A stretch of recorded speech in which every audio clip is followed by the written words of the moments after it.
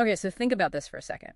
A whole month where, like, every spiritual offering you make isn't just routine, it feels like a cosmic reenactment. Exactly. And even, everyday food can become this channel for divine connection and maybe even help with planetary energies. That's precisely what we're diving into today, the profound sanctity of Savan.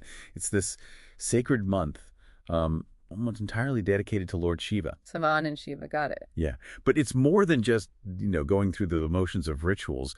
We're looking at how these incredibly ancient myths are still the bedrock for really personal, sometimes unique acts of devotion today. Okay, that sounds powerful. Yeah. So where does it all start? The mythology, I mean. Our sources often point back to the Samudra Manthan, the churning of the ocean of milk. That's the one. A foundational story for Savan. You have the gods, the devas, and the demons, the asuras, churning this cosmic ocean. Right, for the nectar of immortality. But something else came out first, didn't it? It did. This absolutely terrifying poison, the hala hala.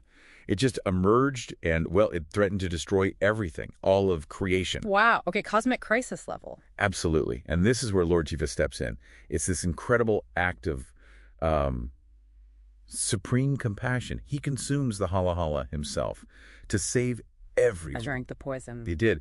And it turned his throat blue. That's why he's often called Neelkanth, the blue-throated one.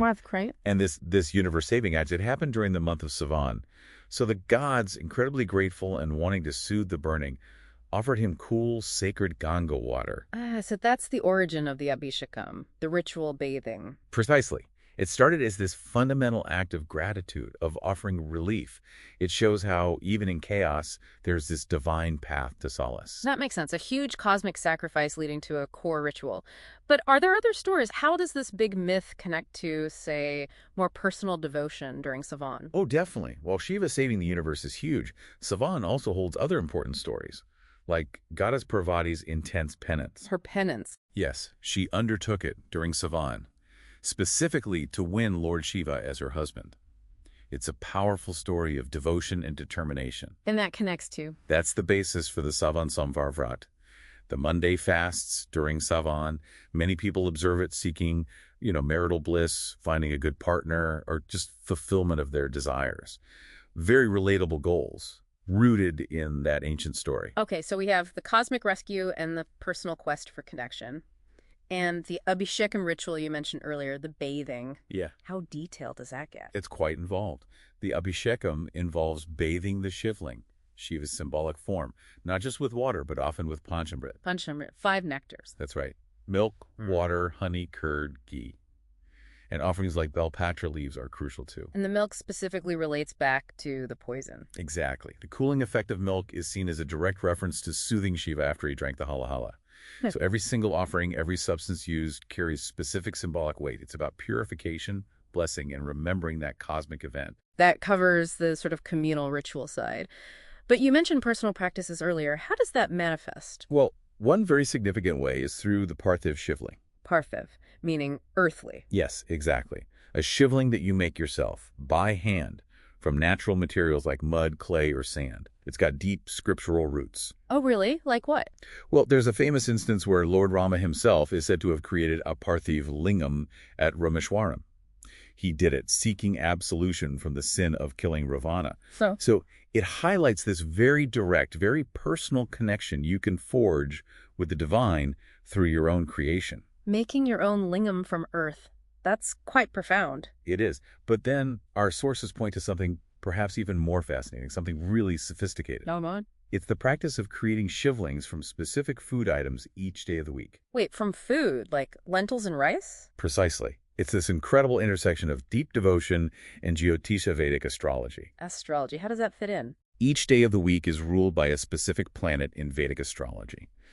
So the ingredients chosen for the shivling on that day are selected for their energetic connection, their resonance, with that ruling planet.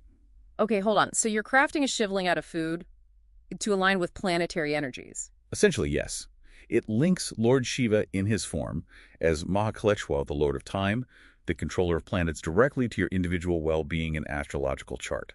You're not just praying, you're actively creating a kind of planetary remedy through your devotion, using everyday food. That is. Wow. That's incredibly specific. Can you give some examples? Like, what would you use on a Monday? Sure. Monday is ruled by the moon. So on Monday, you might make a shivling from things like rice or maybe wheat flour mixed with curd or milk. These are seen to resonate with the moon's energy. And the purpose. Promoting emotional balance, maybe attracting wealth, connecting with Shiva as Chandrasekhara, the one who wears the crescent moon. Fascinating. What about, say, a Tuesday, Mars Day?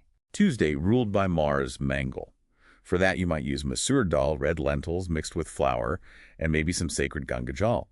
This is considered a direct remedy to help pacify Mars energy, like if someone has Mangal dosh in their chart, or simply to cultivate courage. A remedy for Mars. Through lentils. Okay. One more Saturday. That's Saturn, right, Shani? Exactly. Saturday is Saturn's day. For Saturn, Shani, you'd use ingredients like urad dal, black gram, or black till sesame seeds. Again, maybe mixed with Ganga Jal. And the goal there, Saturn can be tough. Right. This practice is often done to mitigate hardships associated with Saturn, like during Sad Sati or for General Shani Dash, seeking karmic relief and easing difficulties. The level of detail linking specific foods to specific planets for specific outcomes, it's really something. So wrapping this up, Savan isn't just one thing, is it? It's this rich blend of huge cosmic myths like Shiva and the poison, established traditions like the Abhishekam and fasting, Right. and then these incredibly personal, almost innovative practices like the food shivlings. It seems like a journey from the universe scale right down to your kitchen counter. That's a great way to put it.